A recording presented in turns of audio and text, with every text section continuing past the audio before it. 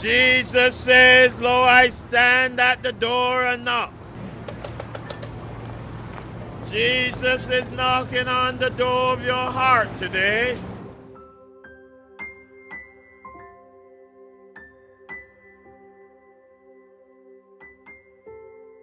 What is meant by the right hand of God, by sitting at it, how long Christ will sit there, and what the use and benefits of his session there are to his people.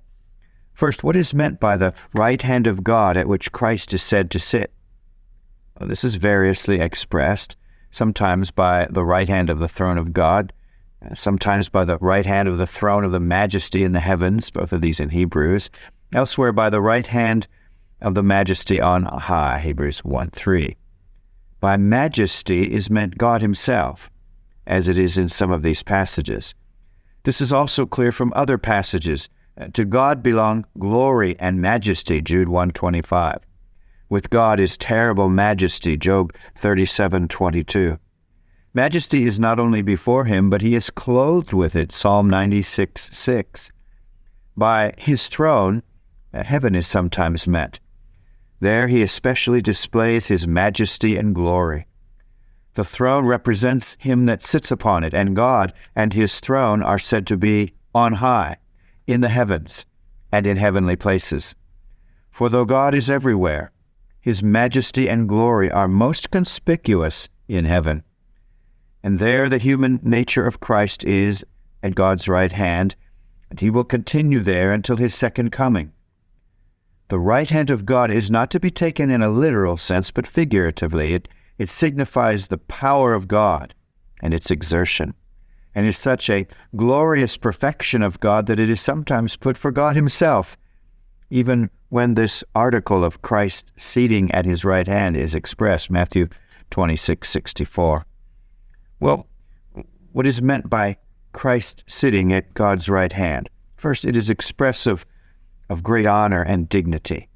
The allusion is to kings and great personages who, to their favorites and to whom they would do an honor when they came into their presence, placed them at their right hand. So Bathsheba, the mother of Solomon, when she came with a petition to him, he caused her to sit on a seat on his right hand. In allusion to this, the queen, the church, is said to stand on the right hand of Christ, Psalm 45:9. This supposes such a person who is next in honor and dignity to the king, just as Christ, under this consideration, is to the majesty on high, on whose right hand he sits.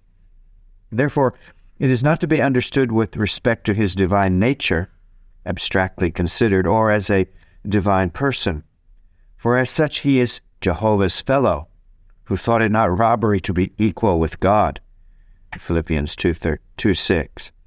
Nor is it with respect to his human nature merely, and of any communication of the divine perfections to it.